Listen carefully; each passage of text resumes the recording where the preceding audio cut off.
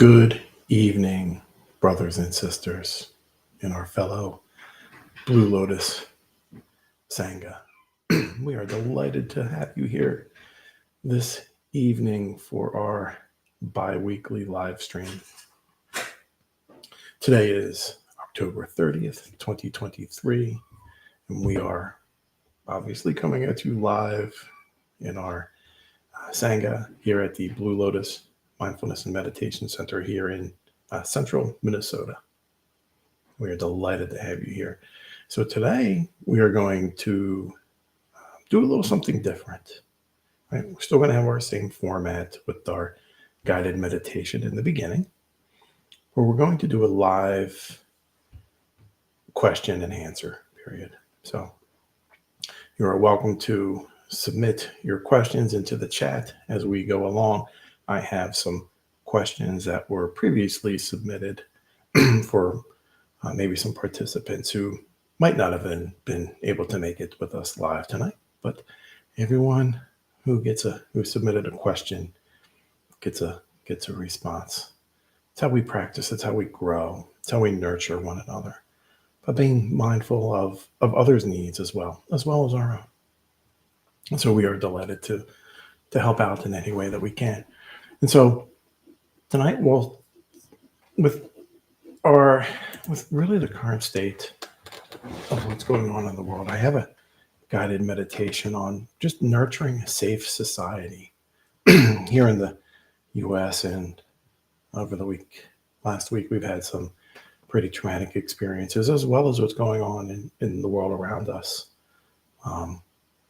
Just violence everywhere. And so it's important that we cultivate mindfulness so that we can nurture a positive and safe society. And so that's what this guided meditation is on, is nurturing that safe society, because it begins with us. It truly does. It truly begins with us. So let's begin by taking a moment to settle our bodies into a comfortable position.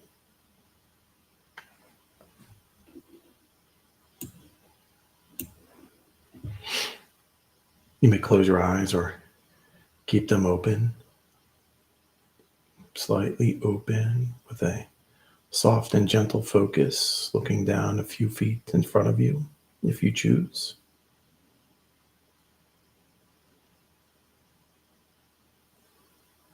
Breathe in.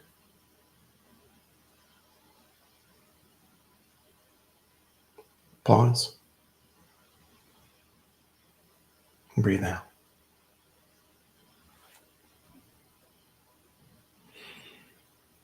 And at this time, you're allowed to, and warmly invited to, just have that warm half smile resting upon your face as well.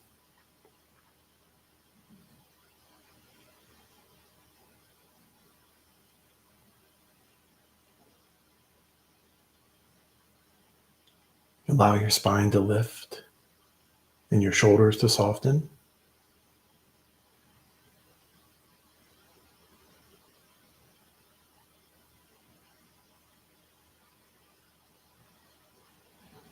And soften your belly as you continue settling in.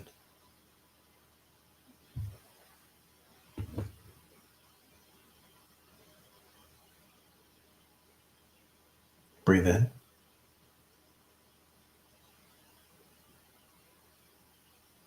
Pause. And breathe out.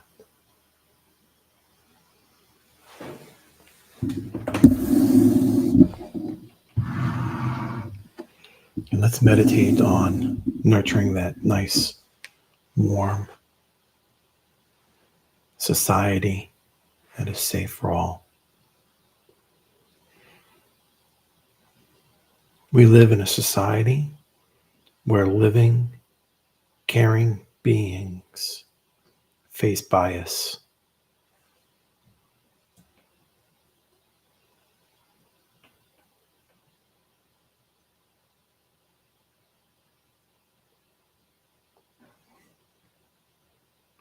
Sometimes bias is unrecognized.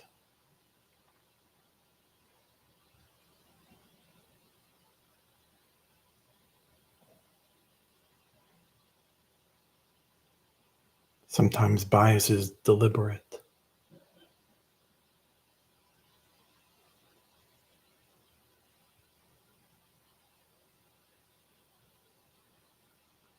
In either circumstance, a living being is being injured.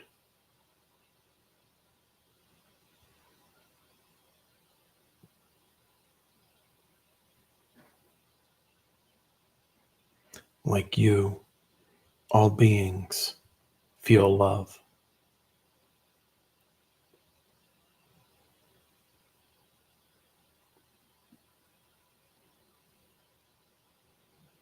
Like you, all beings feel joy.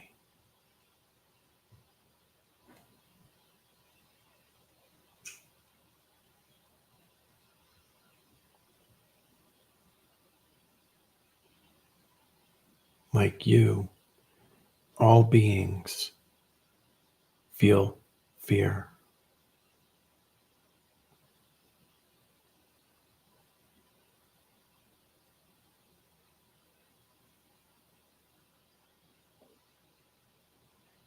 Like you, all beings feel pain.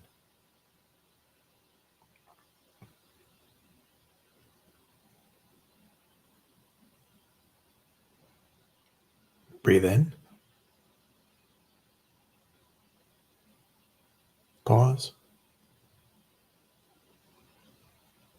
And breathe out.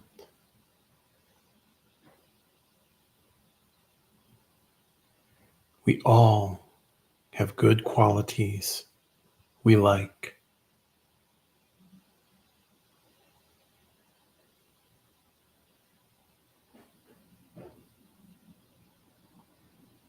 We all have qualities we would like to improve upon.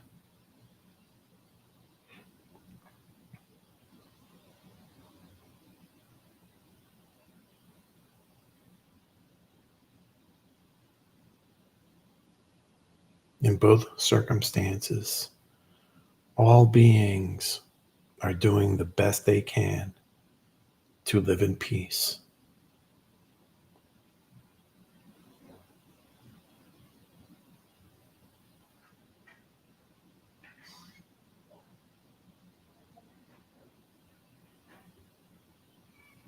Exterior qualities are not the living being we see.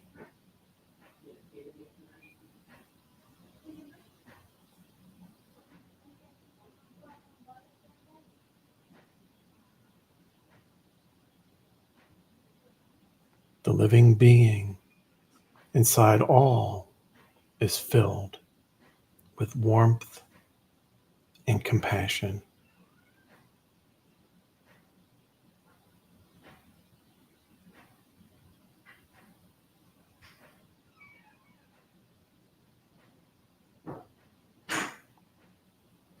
But when judged unfairly, fear and uncertainty surfaces.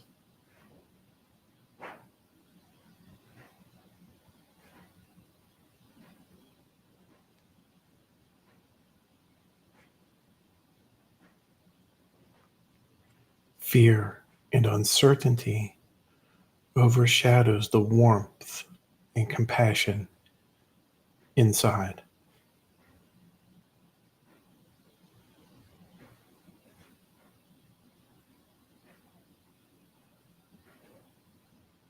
Breathe in.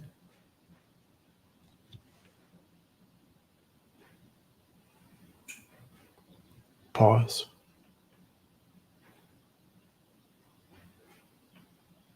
And breathe out.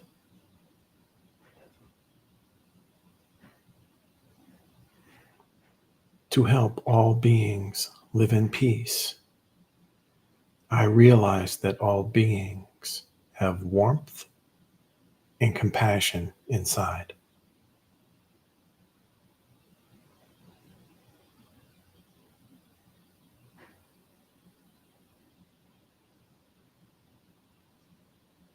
To nurture this warmth and compassion in them, I realize that I too and warm and compassionate.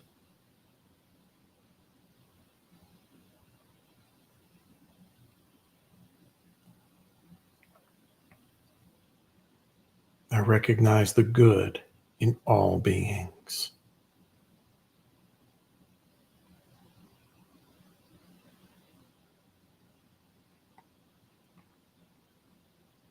For goodness to blossom, I welcome all with non-judgment.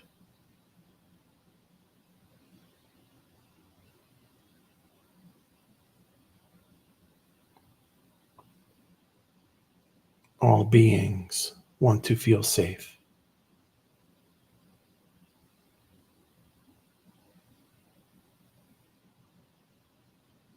For safety to arise, I welcome all with openness.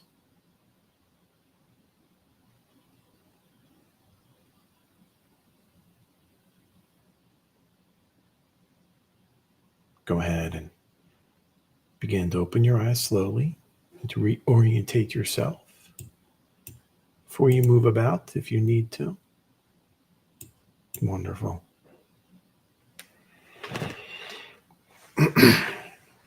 So much is going on in our world, and it's important that we all have a sense of safety and warmth inside of us.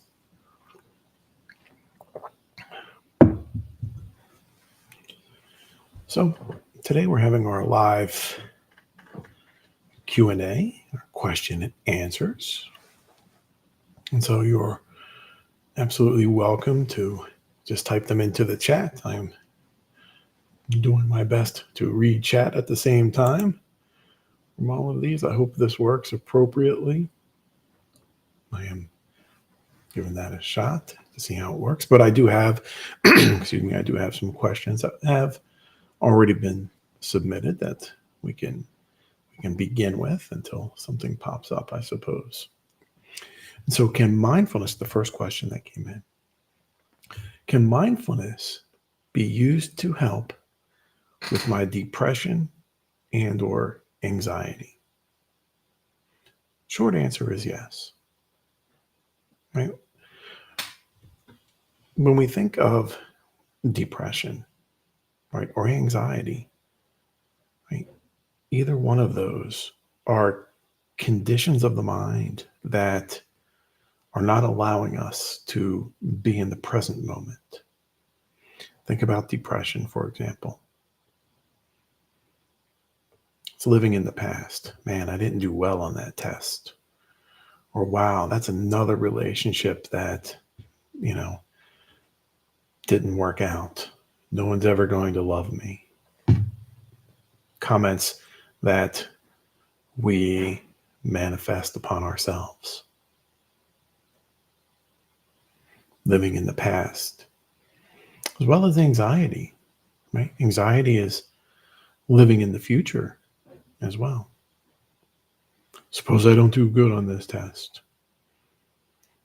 Suppose my dream crush tells me no, that we're not going to go on a date. Suppose I don't live up to my parents' standards or whatnot.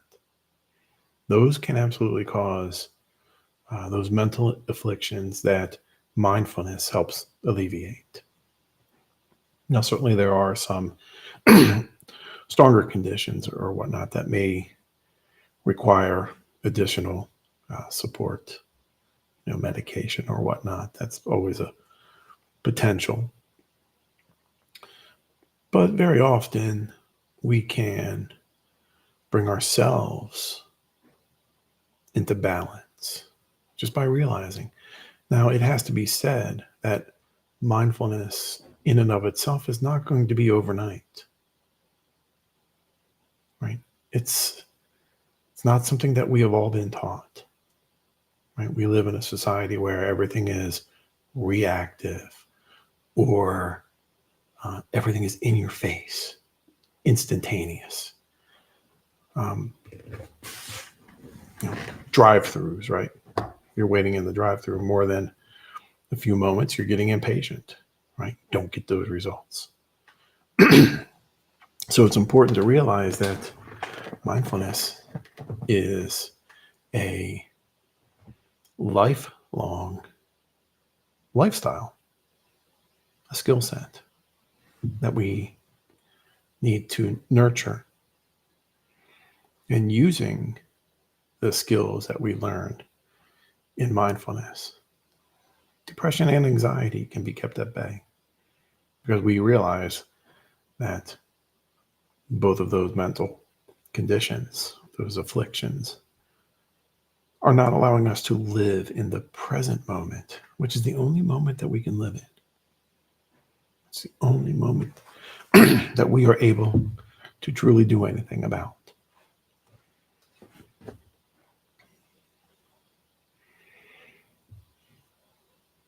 Our next question: will mindfulness improve my relationship?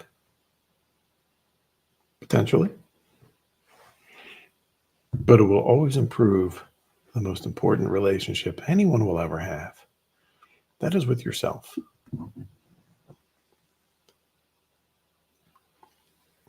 Mindfulness allows us to nurture grace within ourselves, allowing us to understand that we are going to make mistakes. Mistakes are a part of life. And as long as those efforts were done with generosity and compassion and not with, ill will or malice, that would improve that relationship with ourselves. Will it improve your relationship with your spouse? Sure. Who doesn't want to be around somebody who's pleasant? Who doesn't want to be around someone who is nurturing or supportive?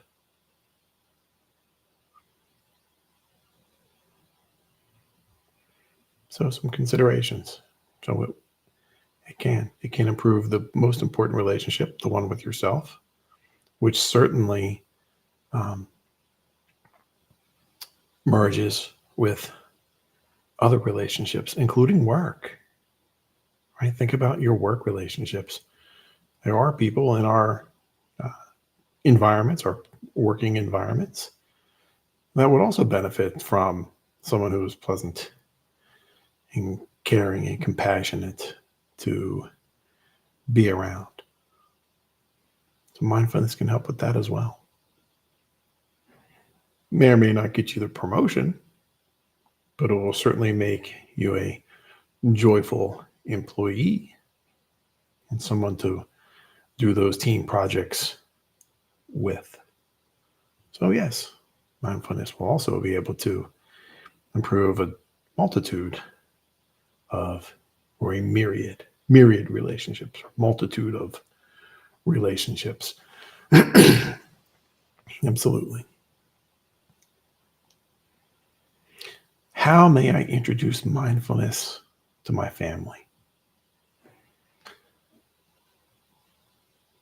Sometimes when we bring about abrupt changes in a lifestyle, it can be hard for others to adopt, to accept, to accept those changes.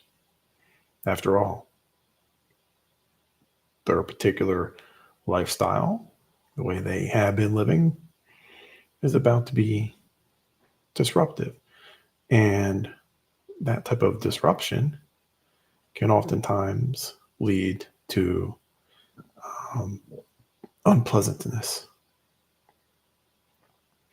So instead of just saying, hey, family, we're going to be more mindful, perhaps not even mention it. Right? Again, kind of goes back to the previous question, right? How can mindfulness improve your relationship, right, with yourself? So you adopt it with yourself. And that is how you introduce it to family members. Kind of on the sly a little bit, right? Some may be absolutely willing. Hey, I really want to do this. And that is wonderful, right? It's open-minded, it's open-hearted, and it's it allows that curiosity to something new to come in. But sometimes when you're told to do something, it just offers more resistance. So perhaps you can just introduce it slightly, just say, hey, family, let's go take a walk. Here where I am today, we had our first snow, right? A little bit of snow outside. So if everybody was home and they felt like going out, I could say, let's go take a look at the snow. Let's go look at how it's covering the leaves that are on the ground, or how are the squirrels behaving in the snow. And, maybe take a few videos or pictures. And then asking questions about it. Wow, did you see what that squirrel did? Wow, look how pretty that snow is sitting on the ground cover over there. And maybe I'll make that my new screensaver. Little things like that are how you introduce mindfulness, the awareness to our current surroundings of where we are. It doesn't have to be that right away, that formal meditation that we often think about. Sometimes it's just little ways. It's being the example. I really like to use that a lot as a practice. Be the example. People see that. They see how joyful that you are, and everybody wants to be joyful. How long does it take to be effective? Again, in our modern society, we always want to see and unnecessarily expect instantaneous results. And that truly is such a sad departure from the joy of the journey. Mindfulness can take some time. You will begin to notice after a few weeks some positive changes. But again, mindfulness is a lifestyle. And so some of the benefits you may not even see or truly recognize, for a few months. Maybe it's health concerns. Maybe it's blood pressure. You may begin to see, stress and anxiety decrease within a few weeks, perhaps, which may in turn lower, blood pressure and whatnot. Other aspects, positive worldview, or more curiosity, open curiosity, being non-judgmental. Some of those can take a little bit more time sometimes. Just really depends on the individual. But we have to be or embrace joyful perseverance. Sometimes there's going to be setbacks. Do I get angry sometimes? Sure. But I don't fly off the handle and yell or berate. Sometimes my expectations aren't met. But I, don't respond violently or aggressively. So it can take some time. Everyone's a little bit different.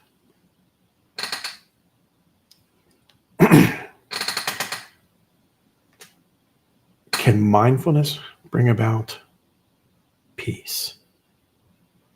The most important peace that one will ever experience is within themselves.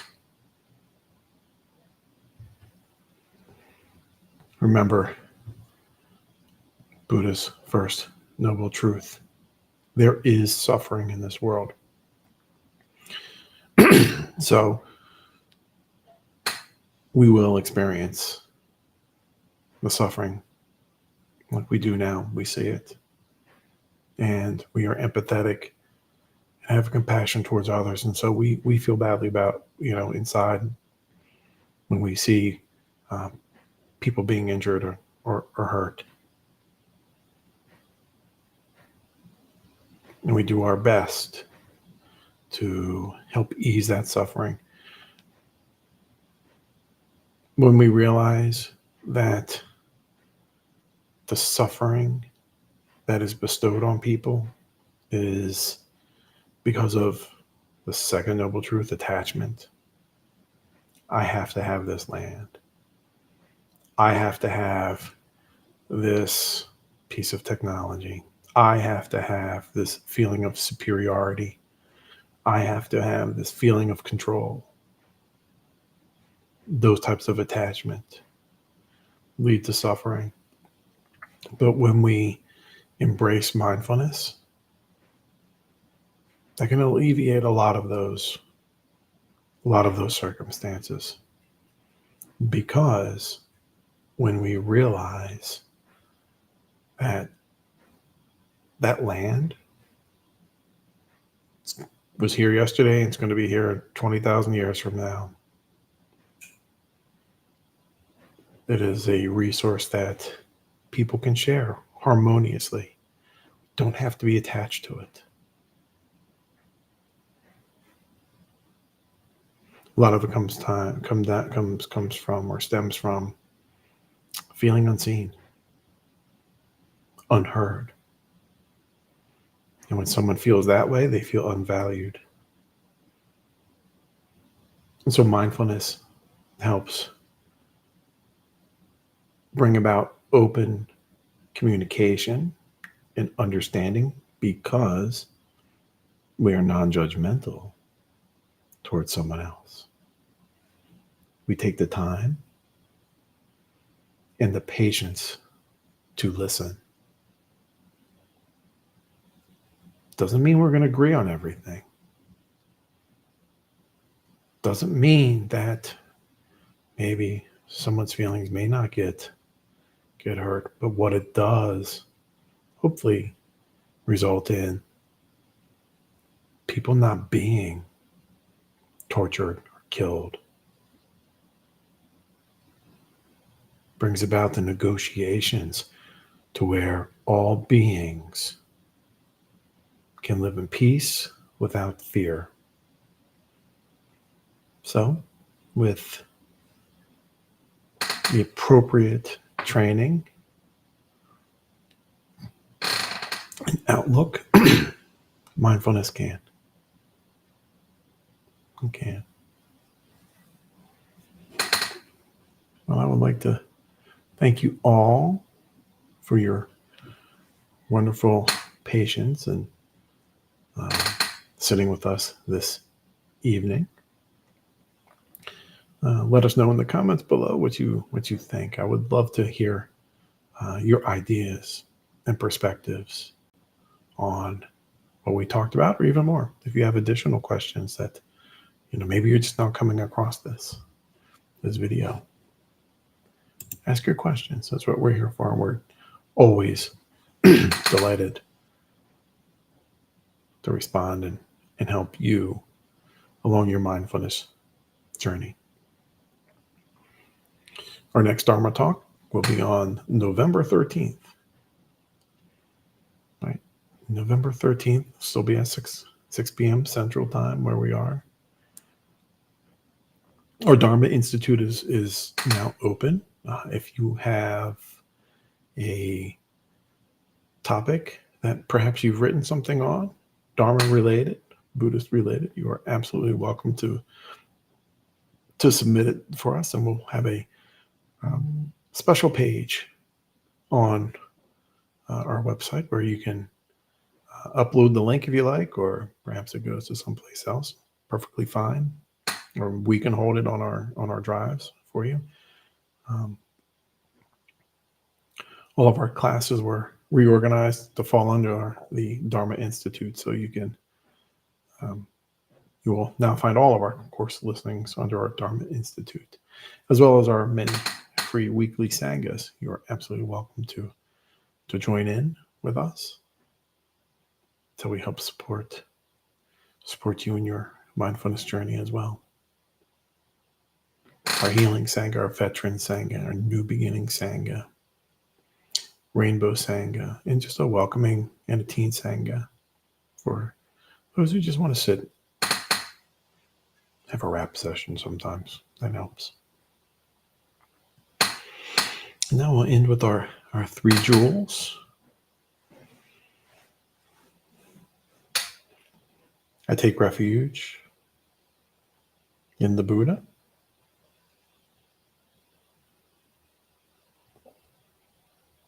I take refuge in the Dharma.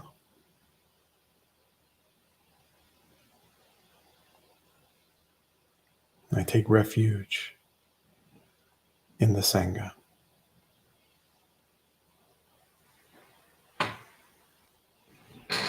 With that, my dear friends and Sangha members, we will see you all in 2 weeks. Take care.